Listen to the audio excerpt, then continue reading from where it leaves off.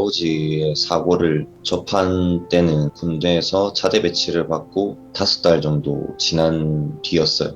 갑자기 행정보고관님이 저를 불렀고 아버지가 굉장히 큰 사고를 당했고 현재 중환자실에 있고 상태는 어떻게 될지 모르겠다. 그대로 청원 휴가를 받고 서울에서 부산까지 KTX를 바로 타고 내려가서 저도 중환자실이란 걸 처음 봤는데 환자분들 사이에 또 이제 아버지가 보이시더라고요. 말 자체를 못하는 상황이었고 아버지의 신경이 이제 다 끊어져서 아무래도 눈물도 보이시고 보니까 저도 이제 눈물이 날 수밖에 없더라고요. 그 당시에는 아버지가 목소리도 안 나왔어요. 목소리의 신경까지 망가져서 뭐라고 입으로 이제 중얼중얼 이렇게 말씀하시는데 이런 삶을 지속해야 된다는 걸 이제 본인도 인지하시니까 호흡기를 빼라고 하셨어요.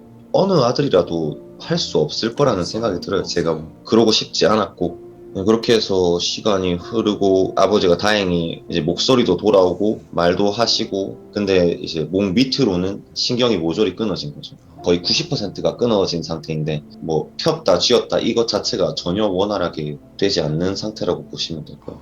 당시에는 그냥 믿는 수밖에 없잖아요. 무조건 이길 수 있다. 어떻게든 이겨낼 수 있다. 뭐 다시 걷게 만들면 되지. 이런 생각으로 좀 더 용기를 더 쥐어짜내고 약간 그런 식으로 했었던 것 같아요. 근데 그런 실감들이 오히려 이제 서서히 와요. 이제 일반적인 삶을 살다가 장애인 가족이 생긴 이후의 삶을 우리는 모르잖아요. 저하고 이제 저희 가족은 모르니까 의지도 많이 상실되고 많은 침체기를 겪게 되는 것 같아요. 10년 동안 이제 아들 겸 보호자로서 재활병원에 모시고 가면 그 재활병원에서도 해줄 수 있는 재활의 한계가 있어요. 이제 뭐 30분밖에 재활을 안 해준단 말이에요, 시스템상. 그러다가 이제 그런 부분에서는 이제 한계치를 느껴서 수치료라는 게 있어요. 그 병원의 수영장을 빌릴 수는 없으니까 그냥 일반 수영장에 갔어요. 제가 유일한 목표가 그러니까 재활을 해서 어떻게든 걷는 신용이라도 좀 해보자. 경추 손상 환자분들의 꿈이에요. 다시 걸어보는 거. 그 목표가 이제 물에서는 조금은 가능하더라고요. 왜냐면 사람을 세우면 이렇게 뜨잖아요. 무력장치가 있으면. 제가 이렇게 걸을 수 있도록 유도를 하는 거죠. 그런 대로의 만족이 있었던 것 같아요. 그렇게 해서라도 걸을 수 있었다는 게 그 당시에 수영장에 있는 사람들 정말 많이 배려해 주셨고 덕분에 아버지가 레일을 하나를 통째로 쓰시면서 좀 더 원활하게 이제 재활할 수 있었던 것 같고 이제 그 이후에는 제가 이제 직장 생활을 완전히 하면서 재활하기에는 병행하기가 많이 어렵게 됐죠.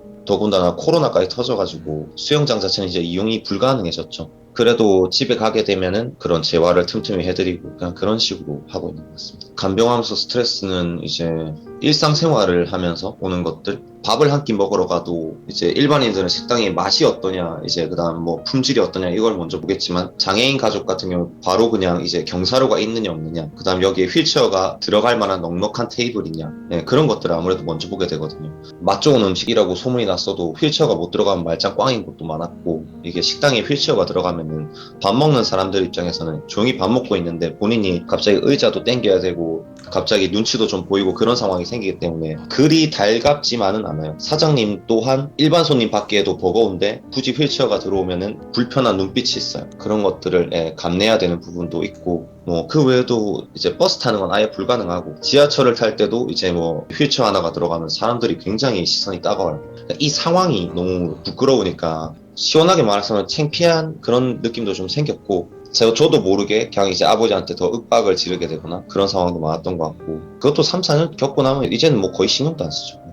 이제 가족 중에 또는 특히나 부모님이 이제 장애인이시라면은 특히나 경추 손상 환자이시라면 한번 재활을 챙겨보시는 것도 정말 나쁘지 않은 방법이고 똑같은 경추를 다쳤지만 삶이 조금 더 나아져요. 안 하는 것보단 하는 게 훨씬 낫거든요. 물론 이제 보호자가 좀 더 힘이 들고 감정 소모나 이제 신체적 소모가 굉장히 크겠지만 좀 열심히 해두면은 좀 더 삶의 안정감이 나아지거든요. 자기 시간을 꼭 잘 챙겼으면 좋겠어요. 진짜 이게 어렵긴 한데 왜냐면 자기 자신을 돌보지 않게 되면은 나중에 나는 뭐 부모님이 다쳐서 이걸 간병을 해야 해서 내 삶을 못 챙겼어. 그래서 그렇게 될 수밖에 없었어. 이렇게 되어서는 안 된다고 봐요. 저는 부모님이 다쳤다고 해서 분명히 자기 시간은 존재하거든요. 촉박하지만 자기를 챙기지 않으면은 본인 스스로도 굉장히 괴로워질 거고 자기가 좋아하는 일을 찾고 계속 붙들고 나가고 그런 식으로 해서라도 절대 자기다움을 찾아가는 시간을 멈추지 않았으면 좋겠다. 다른 분들에 비해서 자기 시간이 적을 수밖에 없으니까 훨씬 더 길게 봐야 돼요. 다른 사람들은 1년 해야 될 걸 우리는 시간이 없으니까 뭐 3년, 4년을 들여야 될 수밖에 없다고 저는 본단 말이에요. 좀 더 길게 보시고, 너무 당연히 기죽겠지만은 기죽더라도 다시 일어서서 좋아하는 일을 붙잡고 나아가셨으면 좋겠습니다.